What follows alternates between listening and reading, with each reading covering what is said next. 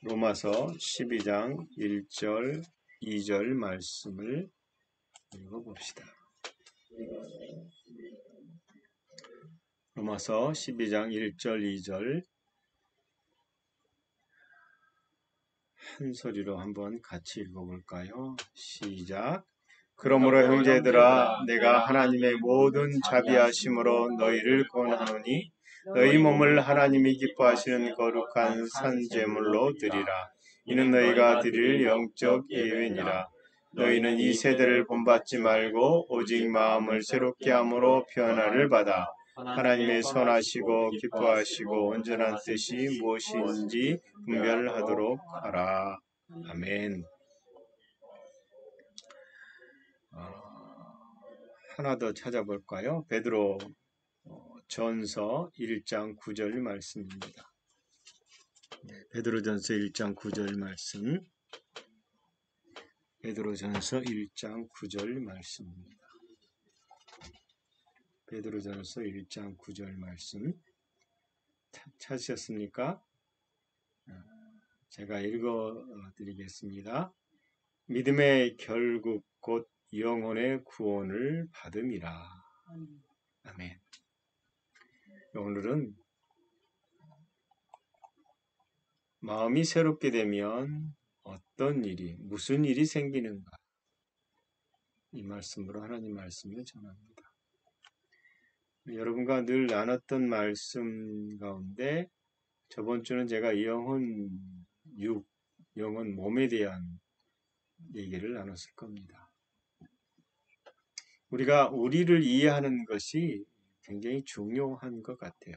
그 다음 단계를 나가는데 다시 한번 반복하고 싶은 게 있어서 오늘은 왜 마음을 새롭게 하고 이 새롭게 된 마음이 어떻게 우리 삶을 끌어가는지에 대해서 좀 나눴으면 좋겠다. 생각해 보십시오. 영적인 존재가 나입니다.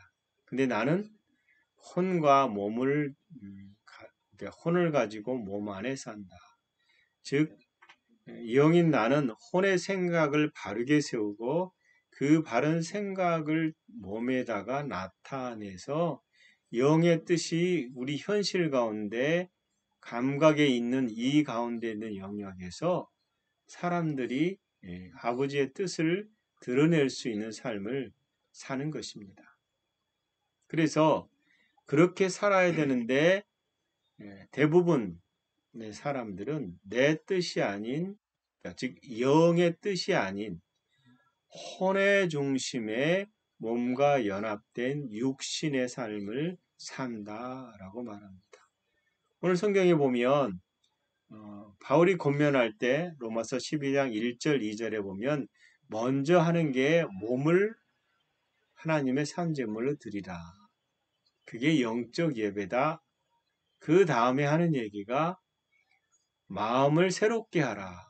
근데 마음을 새롭게 하는데 새롭게 하는 방식이 이 세대를 본받지 않는 거예요.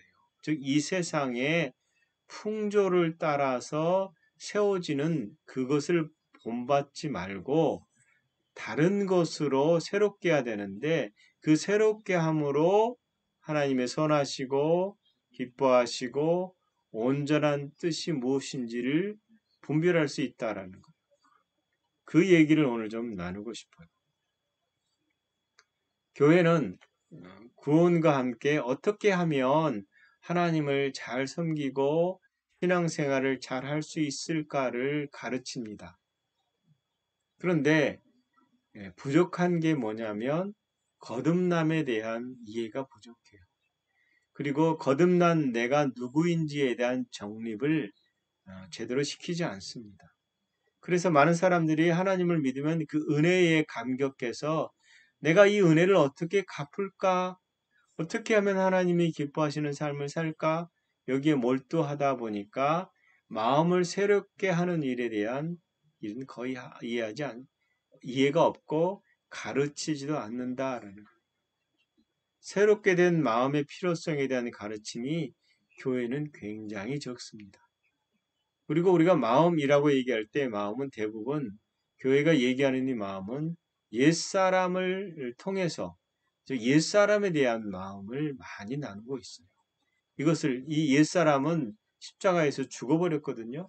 죽어버린 이 마음을 가지고 계속 탐구하고 이것으로 나오는 문제들을 계속 얘기하고 이 마음을 가르치지 새롭게 된 마음에 대한 얘기는 없다라는 겁니다. 즉 새로운 정체성, 새로운 자아, 새로운 나에 대한 얘기가 별로 없고 이것이 어떻게 우리 삶 가운데서 내 삶을 영향을 끼치고 세상을 변화시키는가에 대한 얘기는 별로 없다라는 겁니다. 그래서 거듭나는 것 이것을 굉장히 강조하고 중요하게 생각하지만 거듭난 이 상태로 그대로 그냥 있다라는 거예요. 여러분 우리가 거듭났을 때 우리의 영은 재창조됐습니다. 우리 영이 재창조됐다라는 말에 오해가 없기 바랍니다. 재창조되었다라는 말은 새롭게 되었다는 말인데 영이 없어졌던 것이 새롭게 생긴 것이 아니라 하나님에 대해서 죽었던 영, 즉 하나님의 생명을 잃어버린 영, 하나님과 연합되어 있던 영, 이 영이 하나님을 잃어버리고 생명을 잃어버리고 하나님 없이 사는 존재로서 어떤 기능의 역할도 할 수 없는 기능적으로서는 죽어버린 영이에요. 이 영이 사단과 연합되어서 사단의 본성을 따라서 악한 것을 끊임없이 이 땅에다 우리 삶 가운데 영향을 끼쳤던 상태. 이 상태가 사라졌다는 거예요. 그리고 하나님의 생명으로 연합되어서 하나님과 하나 된 하나님의 생명으로 연합된 상태로서의 영이 새롭게 된 것입니다.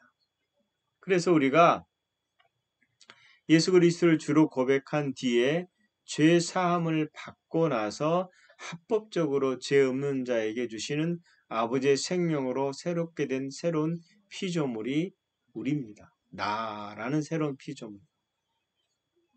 그런데 그렇게 우리가 아버지로부터 아버지의 본성과 생명을 받았지만 우리 영을 여전히 끌고 가려고 하는 것. 영을 따라가는 것이 아니라 영을 따르는 것이 아니라 마음은 변화되지 않은 상태로 있다라는 거예요. 그래서 하나님은 오늘 본문에 있는 말씀처럼 내가 변화를 받았을 때 이제는 마음을 새롭게 해야 된다라고 말합니다. 여러분 예수 그리스도를 믿으면 사람들이 충격을 받아요. 왜냐하면 은혜를 받으면 새로운 세계에 대한 충격들이 들어와요. 그래서 어떤 사람들은 사물을 보면 새롭게 보인다는 거예요. 새들이 노래하고 바람이 부는 것도 느낌이 다르고 그렇다라는 거예요. 근데 이게 오래가지 않아요. 어느 순간 사라지고 이 은혜가 사라지고 다시금 옛날처럼 사는 삶이 우리 가운데 다가온다는 거예요. 그 이유가 뭘까요? 우리가 거듭났음에도 불구하고 마음이 변화되지 않은 상태예요. 그리고 이 변화되지 않은 마음, 감각으로부터 왔던 많은 지식을 그대로 가지고 여전히 이 땅을 살아가기 때문에 거듭났음에도 불구하고 거듭난 전후의 삶이 전혀 변화가 없게 되는 이 상태로 그대로 유지된다라는 거예요. 그래서 이런 삶이 어디로 가냐면 종교적 삶으로 가게 되는 것입니다. 여러분, 감각은 육체에 있는 몸의 한 부분이에요. 여러분 느끼는 게 어디로부터 나와요? 몸이 있으면 몸은 오감의 존재예요. 즉 오감으로부터 받는 지식으로 우리가 이 땅을 살고 있다라는 거예요. 근데 여러분 이 몸은 어떻게 해야 돼요? 성경에 보면 마음과 몸에 대한 얘기할 때 몸은 쳐서 복종시키는 것, 마음은 새롭게 하는 것 이렇게 얘기하거든요. 그래서 이 마음을 어떻게 새롭게 하느냐라는 것은 오직 말씀을 묵상함으로 깨끗하게 정화될 수 있어요. 예수 그리스도의 피와 우리를 깨끗하게 예수 그리스도의 피같이 우리를 깨끗하게 하는 것이 아니라 다시 말하면 말씀이 우리 가운데서 우리의 생각을 변화시키고 지혜롭지 못하는 것들을 지혜롭게 하게 한다라는 겁니다. 여러분, 그래서 그리스도인들은 말씀을 먹고 말씀을 묵상하고 말씀을 실천하고 살면 마음이 급격하진 않지만 천천히 변화됩니다. 그리고 그런 가운데서 우리가 새롭게 된 마음이 영과 교제하면서 하나님 안으로 더 깊이 들어가게 되는 것입니다. 그래서 오늘 말씀에 이 세대를 본받지 말고 오직 마음을 새롭게 함으로 변화를 받아. 변화받으면 어떻게 돼요? 하나님의 선하신 것, 기뻐하신 것, 온전한 뜻이 무엇인지를 분별할 수 있게 된다라는 겁니다. 그러나 여러분, 이 변화가 없는 상태에서 우리는 대부분 오감을 통해서 마음을 만들어 왔다. 오감을 통해서 만들어 온 삶은요, 하나님이 아담에게 타락했을 때 너는 흑인이라는 흑의 정체성을 가진 거예요. 이 땅이 전부예요. 그래서 그렇게 삶을 사는 거죠. 그런데 이렇게 삶을 살다 보니까 늙으면 죽어요. 병들으면 죽어요. 사고 나면 죽어요. 그리고 나서 그 인생을 보면 무슨 생각이 들어요? 허무하구나라는 거.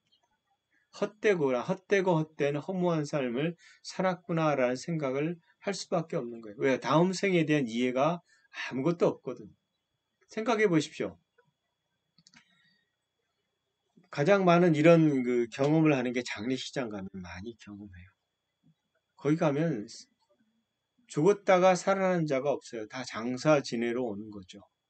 그래서 죽은 사람들의 인생이 거기 가면 비로소 실감을 해요. 아, 허무하구나. 근데 문제는 뭐냐면 그 삶이 끝남에도 불구하고 여전히 삶이 있다라는 거예요. 그게 뭐예요? 영의 삶이에요. 육의 삶이 아니라 영의 삶이 존재하는 것이고 인간은 영이기 때문에 비록 우리 육신이 생명이 끝나더라도 또 다른 삶을 살아갈 수밖에 없는 거예요. 이거를 아무리 얘기해도 사람들이 알지 못하는 거죠.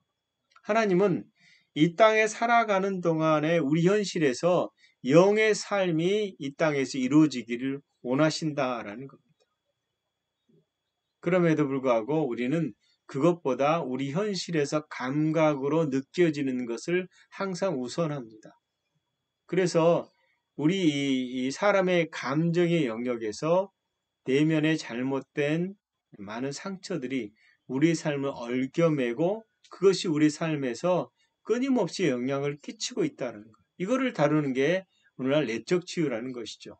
그러나 성경적으로 얘기하면 이 내적 치유는 십자가에서 못 박아 죽어버린 옛사람의 영역입니다.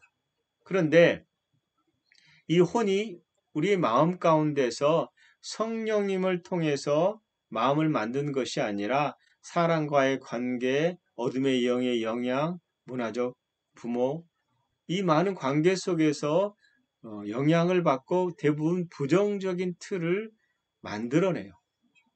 우리가 성인 아이라고 하는 것도 그런 것이고 저도 그 영향 속에서 살았던 사람입니다. 그리고 이 삶이 그렇게 건강하게 가진 않아요. 제가 경험한 것 중에서 제가 아는 사람들인데요. 그 두 자매가 있었는데 그 중에 큰 딸 되는 분이 저희 나이 또래였을 거라고 기억납니다. 아주 오래된 일인데 초등학교 시절에 학교 갔다가 집에 오는 길에 집에 들어왔더니 아버지가 가정부와 부적절한 관계를 맺는 걸 보았어요. 그리고 이 자매가 큰 딸이 이 영향을 받았어요. 결혼했을 때 이혼한 남자와 결혼해요. 그 의사였고 부자였어요. 그러나 그 삶이 결혼 생활이 이렇게 오래 지통되지 못하고 시간이 지나서 그냥 이혼했어요. 그러면 그냥 이혼하고 살면 끝나는 것이 아니라 또 다른 남자를 만나고 계속 남자가 바뀌고 심지어는 해외에서 파견 근무한 그 외국인과 또 살고 그걸 계속 봤어요. 근데 나중에는 그 동생 되는 그 자매가 제 기자 생활하는 후배였는데요. 그 후배의 얘기를 듣고 그 문제가 어디서부터 왔는지를 알았어요. 그게 바로 아버지로부터 온 영향입니다. 그러나 본인은 그 삶이 왜 그렇게 되는지 이해하지 못하고 있었던 거죠. 다시 말하면 어릴 때의 그 충격이 자신의 삶에 결혼 생활까지 미치고 있는데도 불구하고 그 문제를 해결하고 계속 그렇게 낭비되는 삶을 살았다라는 것입니다. 여러분, 이 마음의 상처를 사단이 끊임없이 들어오기도 하고 어떤 사람들은 그것을 장악하기도 해요. 그래서 이 삶이 건강하지 못하도록 끌고 갑니다. 그러나 우리가 이것을 제대로 파악하고 나면 이것이 내가 아니다라는 걸 알게 되면 우리는 새로운 피조물로서 이 피조물이 말하는 바로 마음을 만들어갈 수 있다라는 거예요. 인간은 감정의 동물이라고 말합니다. 맞는 말일 수 있지만 적어도 거듭나지 않은 상태에서는 이 감정이 전체가 돼서 즉 영으로부터는 새로운 피조물에 대한 긍정적인 감정이 아니라 거듭나지 않은 상태에서 상처받은 것에 대한 감정으로 머물러 있게 되면 결국 하나님의 뜻이 영으로부터 오는 것들이 이 땅에서 실현되지 못할 수 있다라는 겁니다. 그래서 혼을 구원시켜야 될 이유가 뭐냐면 거듭난 영을 따라 살지 않을 때 혼은 새롭게 되지 않은 상태에서 여전히 구원받지 못한 새롭지 못한 상태로 죽어버린 옛사람을 따라서 그것이 나라고 생각하고 살아버린다라는 겁니다. 이것은 마치 길들이지 않은 야생마처럼 인생이 그렇게 난폭하게 되어버린다라는 겁니다. 그래서 바울은 마음이 변화가 되듯이 우리가 오감을 가지고 있는 것, 이 몸도 하나님께 드리고 우리의 마음도 새롭게 변화시켜야 될 필요가 있다라고 말하는 것입니다. 오늘 본문의 앞에 나간 몸을 산 제사로 드리라 이 말은 결국 우리가 우리의 몸을 그대로 제단에 올려놓는 것입니다. 마치 유대인들이 죽은 제물을 제단 위에 올려놓듯이 우리의 삶의 주되심을 하나님 말씀이 우리의 주되심이요 예수님이 나의 주되심으로 우리의 몸을 하나님께 온전히 드려서 그분이 통치하시도록 내어드리는 겁니다. 그리고 말씀이 우리의 마음을 변화시켜야 되는 것입니다. 그것이 변화시키는 첫째의 시작이 뭐냐면 이 세대를 본받지 않는 것입니다. 이 세상이 말하는 것으로 나의 생각을 따라잡지 않는 것입니다. 마음은 항상 이 세상을 따라 이렇게 만들어지게 돼 있어요. 어릴 때부터 말씀으로 훈련을 시킨다고 말하지만 저 역시도 자녀들에게 그렇게 완벽한 하나님 말씀으로 또 하지도 못했고 여전히 문제가 있는 걸 볼 수 있습니다. 우리의 마음은 하나님 말씀으로 말씀을 통해서 새롭게 된 영을 따라서 그 안으로 들어가야 된다라는 거예요. 그래서 우리의 마음은 새롭게 된 영을 통해서 말씀의 주되심, 예수 그리스도의 주되심, 그 다음에 하나님의 사랑의 주되심, 이것을 따라서 살아가는 것입니다. 그래서 하나님의 본성이 우리의 전부가 되고 그것이 말씀이 허락돼서 철저하게 다스림을 받기 시작하면 우리의 마음은 더 이상 세상을 따라가지 않게 돼 있다라는 거예요. 이것은 굉장히 어려운 일입니다. 그러나 반드시 그렇게 해야 되는 게 새로운 피조물의 삶이에요. 그렇지 않으면 우리가 옳고 그름에 대한 이해가 자기의 편의를 따라서 왔다 갔다 할 수밖에 없어요. 그리고 우리의 정의, 즉 하나님의 정의가 아니라 내가 만들어 놓은 선악을 따라서 분별하는 거예요. 어제 그런 생각을 좀 한 적이 있습니다. 무슨 생각을 했냐면 되도록이면 사람을 부정적으로 보지 않는 게 옳겠구나라는 생각을 했어요. 무슨 말이냐면 긍정적으로 보면 그 사람의 칭찬할 게 많은데 부정적으로 보면 비판할 게 많아지더라. 그래서 하나님이 나를 보실 때 나를 긍정적으로 보실까? 부정적으로 보실까? 여러분 어떻게 생각해요? 하나님 나를 보실 때 하나님 나를 긍정적으로 보실 것 같아요. 내가 어떻게 변화될지에 대한 기대감을 가지고 끊임없이 성령님을 통해서 신호를 보내시는 거죠. 근데 만약에 하나님이 나를 부정적으로 보신다면 하나님 나를 해서 화가 나실 것 같아요. 그래서 내 삶을 변화되는 방식의 기초 중에 하나는 사람을 긍정적으로 보는 게 참 좋겠다라는 생각을 한 적이 있습니다. 여러분, 꼭 우리가 마음을 변화시켜야 됩니까? 꼭 그렇게 해야 됩니까? 그렇게 말할 수 있습니다. 그러나 변화되지 않는다면 우리의 삶은 세상과 하나님 것이 왔다 갔다 할 거예요. 경계선이 무너질 수도 있고 제대로 된 분별을 갖지 못할 수도 있다라는 겁니다. 그러나 왜 우리가 마음을 새롭게 해야 되느냐? 마음을 새롭게 하면 먼저는 하나님의 뜻을 알게 되기 때문이에요. 하나님은 하나님의 말씀의 빛을 우리 가운데 주고 그 말씀으로 우리가 삶을 표준으로 삼으면 우리의 마음이 변화되고 말씀 가운데서 그분의 길을 걷게 돼 있다라는 거예요. 그래서 아까 말한 대로 하나님의 선하시고 기뻐하시고 온전한 뜻이 무엇인지를 알게 된다라는 겁니다. 이게 예수님이 이 땅에 살았던 삶이에요. 그래서 아버지를 매우 기쁘시게 하는 일만 하셨던 것이 예수님이세요. 예수님은 아버지가 말씀하는 대로 아버지가 보여준 대로라고 말한 것처럼 우리가 그렇게 살 수 있는 유일한 길은 아버지의 말씀이 우리 가운데 가득할 때 그것이 가능하다라는 겁니다. 그래서 요한복음 8장 29절에 예수님이 나는 언제나 아버지께서 기뻐하신 일을 한다라고 말씀하신 겁니다. 그분은 세상보다 그분의 뜻에 더 초점을 맞췄고 말씀의 뜻에 더 초점을 맞춰서 살아셨던 것이 분명합니다. 그리고 실제로 우리에게 그런 삶을 살기를 요구한다라는 거예요. 그런데 여러분, 성경은 그것을 반하는 내부의 감각적인 오감들이 우리를 얼마나 괴롭히는지를 성경은 늘 말하고 있습니다. 골로새서 3장 5절에서 10절을 보면 이렇게 되어 있습니다.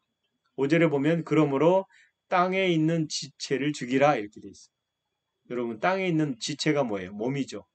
근데 그 지체가 뭐냐면 곧 음란과 부정과 사욕과 악한 정욕과 탐심이니 탐심은 우상 숭배이니라 이렇게 되어 있어요.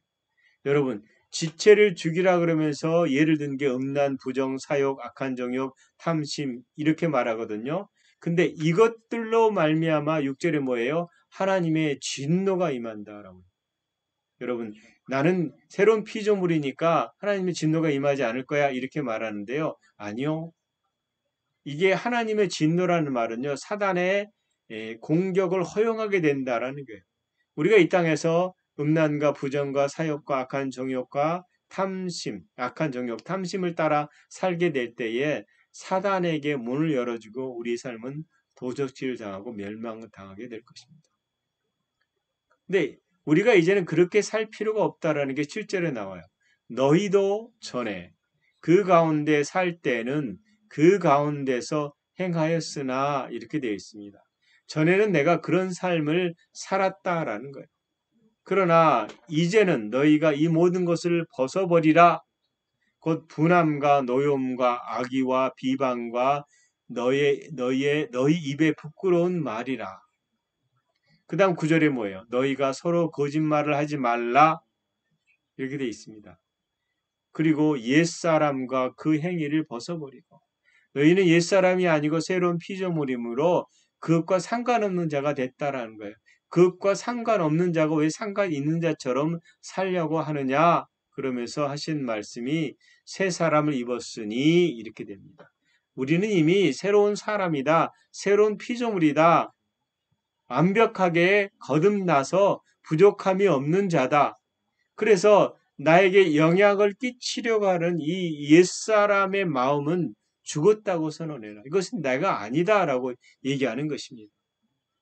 그래서 너희가 서로 거짓말을 하지 말라. 옛사람의 그 행위를 벗어버리라 라고 말하는 것입니다. 우리는 옛사람이 아니기 때문에 우리는 새로운 피조물로 우리를 창조하신 이의 형상을 따라서 지식에까지 새롭게 된 사람이라 이렇게 말합니다. 이것이 뭐냐면 새로운 피조물인 사람에게 우선적으로 주는 하나님의 메시지입니다. 여러분, 마음이 새롭게 되고 그분 안에서 자기의 위치를, 내가 누군지를 인정하는 것이 있을 때에 그게 가능해진 것입니다. 그래서 새 번역으로 보면 새 사람을 입으십시오. 이 새 사람은, 새로운 피조물은 자기를 창조하신 분의 형상을 따라서 끊임없이 새로워져서 참 지식에 이르게 됩니다. 이렇게 말해요. 무슨 말이냐면 전제가 새로워졌지만 그러나 우리의 마음이 새로워지지 않았는데 계속해서 이 영역, 마음의 영역이 참 지식에 이르도록 말씀이 가득하도록 변화를 시켜야 된다라는 겁니다. 만일 우리가 사랑으로 행하지 않는 믿음의 사람을 만나면 그 사람은 여전히 마음이 새롭게 되지 않은 것입니다. 우리는 마음을 새롭게 해야 사랑할 수 있고 긍휼을 베풀 수 있고 서로의 관계에 대한 화평도 이룰 수 있다라고 성경은 분명히 말하고 있습니다. 그래서 우리가 제가 늘 부정적으로 했던 건 성경 공부를 해야 돼요. 근데 성경 공부하는 전제가 뭐냐면 성경 공부를 올바른 복음을 가지고 해야 된다라는 거예요. 그 다음에 그것으로만 만족하지 마시고 그 말씀대로 살아야 되는 것입니다. 그게 야고보서에 말하는 거예요. 믿음이 있다라고 말하면 내가 하나님 말씀을 알고 있다고 말하면 그 다음에 그 말씀대로 행해야 되는 것입니다. 그래서 말씀이 알고 행할 때에 마음의 일부가 점점 변화되는 것입니다. 고린도후서 4장 16절 보면 그러므로 우리가 낙심하지 아니하노니 우리의 겉사람은 낡아지나 우리의 속사람은 날로 새로워지도다 이렇게 말했습니다. 속사람인 나는 말씀을 먹고 끊임없이 온전한 상태로 자라나야 됩니다. 그 다음에 말씀도 역시 하나님 말씀을 먹어야 되는 것입니다.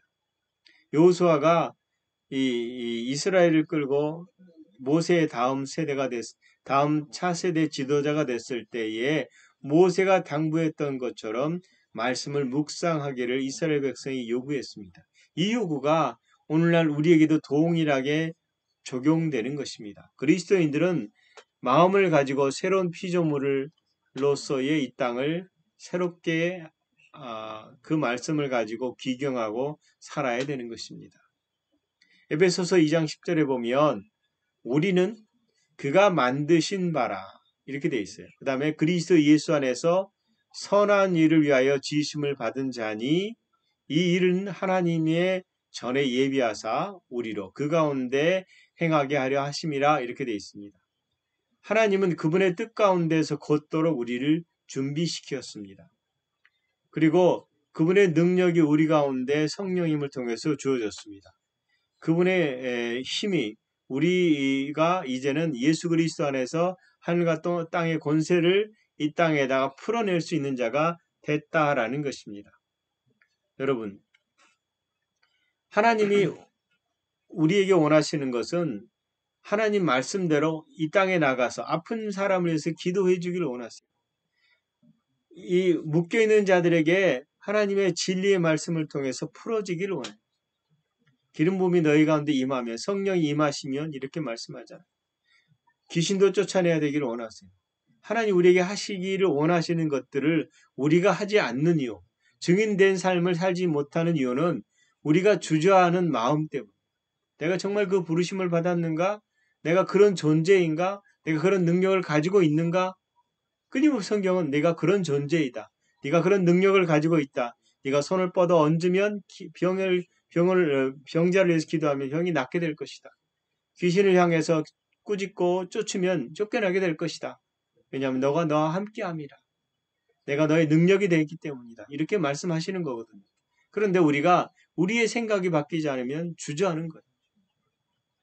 여러분, 우리는 세상을 변화시킬 수 있는 사람들입니다. 우리는 서로 사랑하라고 해서 사랑할 수 있는 자가 되었어요. 우리는 그리스도 안에서 하늘의 소망을 가지고 이 땅에서 아버지의 영광을 나타내기를 원하신다라는 겁니다. 우리는 아버지의 본성을 받았습니다. 아버지의 생명을 받습니다. 그리고 우리 안에 성령님이 계시고 이 성령님을 통해서 끊임없는 기름 부음을 공급받게 되어 있습니다. 이 땅에서 우리는 일상을 통해서 예수님처럼 살아가는 하나님의 능력의 소유자가 되었다라는 겁니다. 그래서 에베소서 5장 2절에 그리스도께서 너희를 사랑하신 것 같이 너희도 사랑 가운데 행하라 이렇게 했어요. 사랑 가운데 행하라. 그는 우리를 위하여 자신을 버리사 향기로운 제물과 희생의 제물로 하나님께 드리셨느니라 이렇게 되어 있습니다. 여러분, 하나님이 세상을 너무 사랑하셔서 아들을 내어주셨고 예수님은 세상을 너무 사랑하셔서 그분 자신을 주셨어요. 이제 우리도 세상을 너무 사랑해서 우리 자신을 내어줘야 되는 것입니다. 그래서 어떤 비판이나 핍박이 있을지라도 이 우리의 심령이 세상을 향해서 나아가서 아버지의 사랑을 드러내는 것입니다. 여러분, 마음이 변화되면 이 일이 가능해지는 것입니다. 이미 우리가 그리스도 안에서 완전했지만 완전한 내가 우리 마음이 변화되면 이 땅에서 우리 몸을 통해서 아버지의 그 영광스러움이 나타날 것입니다. 여러분, 전의 삶이 아니라 이제 새로운 삶으로 마음을 변화시켜서 아버지의 뜻을 예수님처럼 행하는 여러분 되시기를 예수 그리스도 이름으로 축원합니다. 기도하겠습니다. 하나님, 우리를 부르셔서 부르신 우리를 그리스도 안에서 온전하게 하셨습니다. 그리고 온전하게 한 우리를 통해서 아버지께서는 영광을 받으시기를 원하십니다. 그러므로 우리가 부지런히 깨어서 열심히 우리의 말씀을 고백하고 하나님 우리에게 예수 그리스도 안에서 새롭게 된 나를 말함을 통해서 내가 변화받고 더 온전함으로 하나님의 뜻으로 그 높은 차원의 삶을 살아가게 하시옵소서. 우리의 영의 눈과 귀를 더 열어주셔서 그 부르심의 소망이 무엇인지 더 알게 해주시고 우리의 마음이 새롭게 되어서 그리스도 안에서 우리에게 주신 유산의 그 풍성함을 깨닫게 하여 주시옵소서. 그래서 아버지, 전에 살았던 그 삶의 성품이 아니라 아버지가 말씀하시는 것을 따라서 드러내는 삶이 우리 가운데 날마다 나타나게 하시옵소서. 항상 우리가 그렇게 살도록 인도하시는 하나님을 찬양합니다. 감사합니다. 예수님 이름으로 기도합니다. 아멘. 감사합니다.